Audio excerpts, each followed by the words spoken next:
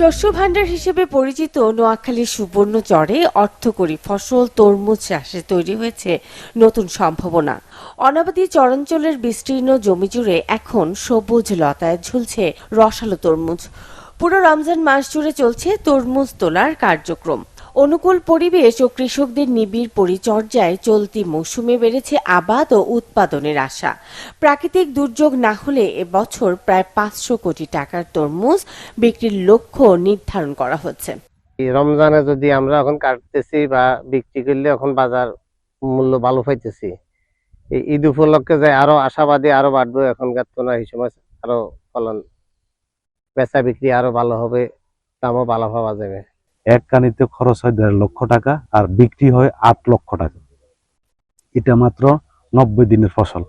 এই 90 দিনের ফসলে আপনার এক একটা কৃষক 6.5 লক্ষ টাকা পর্যন্ত 160 ডিসিম জমিনে এই তরমুজ আবাদ করে লাভবান হইতেছে।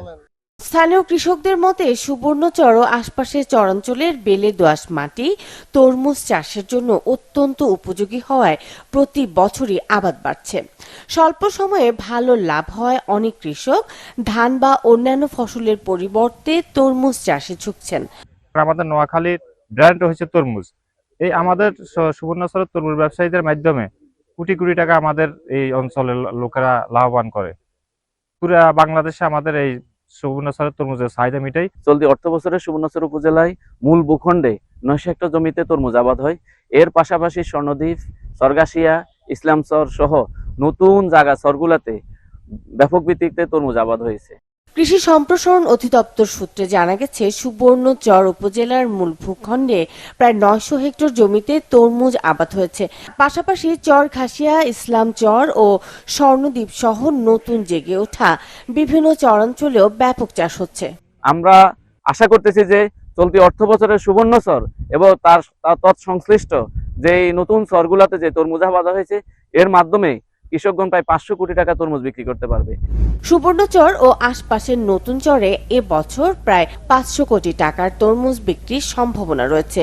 কৃষি বিভাগ কৃষকদের প্রশিক্ষণ ও উপকরণ সহায়তা দিয়ে যাচ্ছেন। এই তরমুজ আবাদের ক্ষেত্রে কৃষকদেরকে প্রদর্শনী বাস্তবায়ন করি, প্রশিক্ষণ প্রদান করি এবং উপকরণ সহায়তা দিয়ে থাকি। আমাদের যে দামের যে ভ্যারিয়েশন, এটা কিন্তু মার্কেটে কখন তোলা হচ্ছে ফসলটা তার উপর অনেকখানি নির্ভরশীল। তো এই ক্ষেত্রে আমরা কৃষকদেরকে সচেতন করছি, তারা যেন সঠিক সময়ে আগামভাবে চাষ করতে পারে এবং আগামভাবে তুলতে পারে। নোয়াখালীর সুবর্ণচরের তরমুজ চাষ শুধু কৃষকদের আয় বাড়াচ্ছে না, বরং চরাঞ্চলের অর্থনীতিতেও যোগ করছে নতুন গতি। প্রাকৃতিক দুর্যোগ না হলে চলতি মৌসুমে রেকর্ড পরিমাণ উৎপাদনের আশা করছেন সংশ্লিষ্টরা। Desk report, channel 24।